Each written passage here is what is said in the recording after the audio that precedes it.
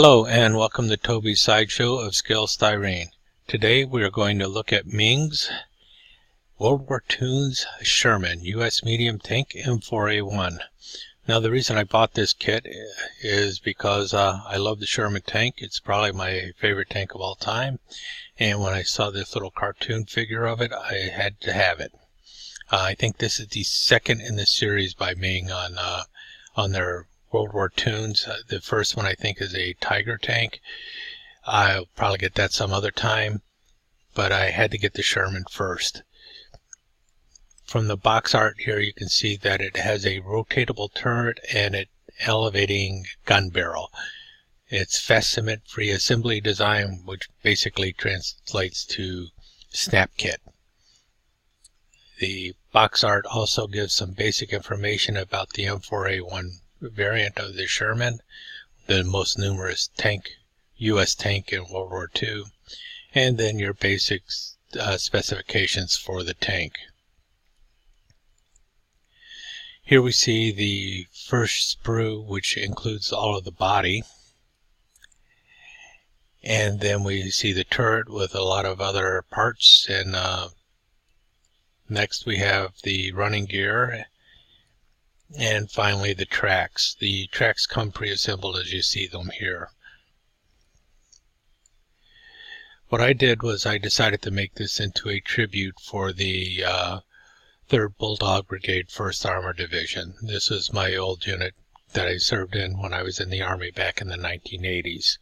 And the unit traces its history back to World War II, and it served in North Africa, Sicily, and Italy. It finished the war in Italy, never going into Northwest Europe. It fought its way all the way up to Boot. And we see it here with the 3rd Bulldog Brigade decals. We'll go over that in a little bit. You also see that the camouflage pattern on it is a olive green and khaki drab. And this was done because that's the colors that were used when camouflaged in Italy. And most of the tanks in the 1st Armor Division were actually camouflaged in these colors when they were serving in Italy. A lot of people assume that all of the U.S. armor was just olive drab, but that is not at all the case. Most of it actually was camouflaged. Northwest Europe tended to have their tanks camouflaged in olive drab and black, but you also saw some in khaki there too. The decals that you're seeing on there are this right here. It's the symbol for the 3rd Bulldog Brigade 1st Armor Division, and is basically a big bulldog superimposed over the Armor Division patch, and then 3rd Bulldog Brigade written underneath. I made the decals myself, and they proved a little problematic when I was applying them to the model. I'll talk about that a little bit later. And so here we have the tank, and the question is just how big is this model? There's a couple ways I could have done this. I could have shown you the tank by measuring it with a ruler, or I could have shown it next to a 1/35th scale Sherman tank. The one in question is the early version of the M4 by Tamiya. Some of the parts on this kit actually ended up being moved over into the Meng's Toon tank also. And what we see here is the height of the Toon tank is almost the same as that of the 35th scale Sherman. The width is about 2/3 of that, and the overall length is about 1/3 the length of Sherman, which makes sense because it's only got one bogey as opposed to 3 per side. Next, we have this little figure that I'm sure you noticed. He does not come with the kit. I ended up scratch building him out of 3 different figures. Part of the figure comes from this Jeep model that I had from way back in the 1970s. As you can tell, the kit has seen better days. I do not know any information about this kit whatsoever anymore, only that it had 2 cartoonish figures that came with it, a driver and a staff sergeant who was riding as passenger. The driver had a big smile on his face and the passenger looked very grumpy. If anyone knows who made this kit, please leave a comment about it because I'd love to find it again.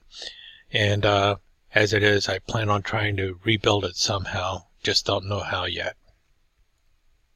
So, all I had left of the figures is the driver's head. Now, what to do to make the body? To make it look cartoonish, I figured I would take a couple of figures and cut it down to size so it looked kind of short and stubby like the original figures did. And so to do that, I took the tank commander from an M3 Lee and cut the torso off because it was pretty long. And then I took the body of the crew chief for the 4-deuce mortar set that is also by Tamiya, and cut the torso off of him and glued it to the tanker's legs. This is a much shorter torso than this one, so that would help shorten the thing up a bit. Next, I had to section out portions of the legs to shorten those legs quite a bit. And I did that by removing the tops of the boots and then cutting about a 1/4 inch out of the thighs and then just piecing it all together and gluing it up and sanding and filing and filling and everything else. The end result is I have a body that's about the length of the entire leg section of that 4-deuce commander. So you can see it's quite shorter than a regular 1/35 scale figure, but it's still stocky like the 1/35 scale figures. Adding the head on top of it, you see now it looks very much like a cartoon figure, and these crossed arms are actually from the crew chief. I did not have to do anything to change those, and you basically have a nice little cartoon character to go with my little Here Kitty Kitty Sherman. We'll go over the name in a little bit too. You see here the tracks. These are actually off of an M3 Grant. I ended up using one track, cutting it in half, and it was enough track for the entire vehicle. You also see this bar going across here. This is also from that M4 early version Sherman that I had. There's two different ways to make that, and so there's two of these bars that come with it. I ended up having to file it skinny or file it down thin, and then I just glued it across the front where the seam is for the tank. You also might be able to notice here that the machine gun barrel has been hollowed out. I actually do that using an X-Acto knife with the number 11 blade. And here you see the little 3rd Bulldog Brigade decal. Smiles. Another view of the figure. You notice the base here. This is basically just plaster on a wooden base that's been painted olive drab. And then various footprints were made and a little bit of track marks and everything else. The bogies that come with it, the road wheels that come with it are these. And I really did not like them at all. I also did not like these sprockets, and I did not like the idlers, but I kind of got stuck with those. Instead, what I have here are the solid road wheels that come with the M4 Sherman early version. These are from the Tamiya kit. The Tamiya kit comes with two sets of road wheels. They have the ones that are hollow and the ones that are solid. Because I used the hollow ones on when I built the Tamiya model, I had plenty of the solid ones left over. I had also hoped to change the sprocket and the idler, but it became too problematic, and it looked like I was going to have to do a whole lot more work than it was going to be worth. So I ended up just sticking with the idler that came with it and the sprocket wheel that came with it, even though I'm not satisfied with it. You see here that M3 Grant track.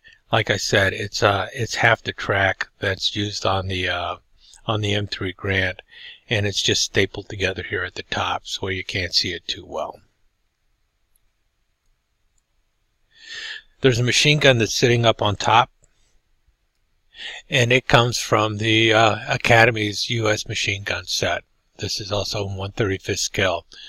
I ended up modifying it by taking the 50 caliber barrel that you see down here, and then the receiver portion of one of these M2 machine guns, and did some magic with it.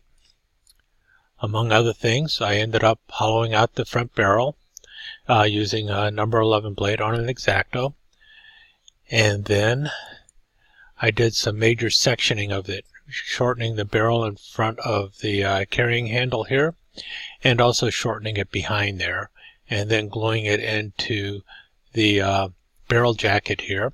And as you can tell here, the barrel jacket has also been shortened a bit, and then the receiver has also been shortened.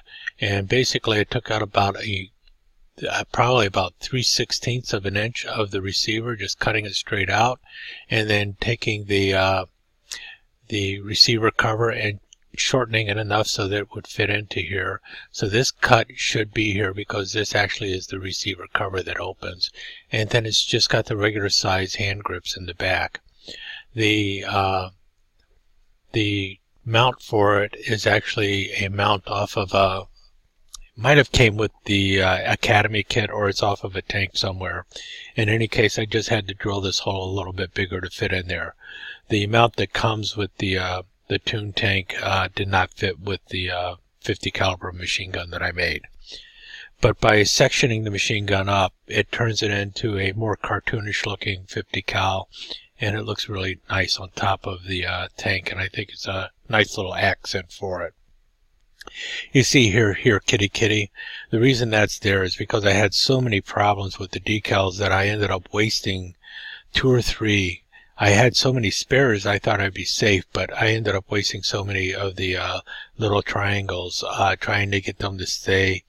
They'd either fade or they'd rip or something, just trying to get them to go in there.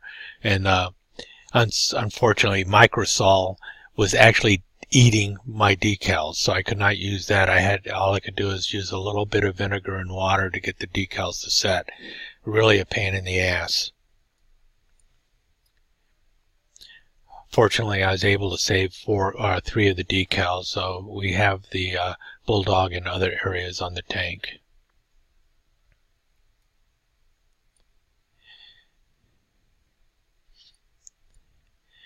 And why here, kitty kitty? Well, if you ever hear the story, you'll always hear them say it takes 5 Shermans to kill a panther, which is a bunch of poppycock, but that's beside the point. In truth, whoever shoots first usually wins the battle, even when it's Sherman versus Panther. So what I did is I painted here kitty kitty on the side, basically tempting any Panther or Tiger to come up against this 1st Armor Division tank. Of course, if you know anything about the war in Italy, there are very few Panthers or Tigers used in Italy because they just were not that effective there. They mostly fought against the Stug 3 and Panzer 4s and such, and they held up very well, even the older versions of the M4s against those tanks. They still had a very high kill ratio compared to German armor. And here we have the full symbol for Natus Belli. Natus Belli stands for Born of War, and you see in the background here the Roman Colosseum, basically talking about the 1st Armor Division and its battle in Italy, and especially the battle for Rome. The division has a storied past and a really excellent past, and I was a very proud member of the 1st Armor Division. Well, that's about all I have, and so all I can say now is thanks for visiting, and if you liked what you saw, please give a comment.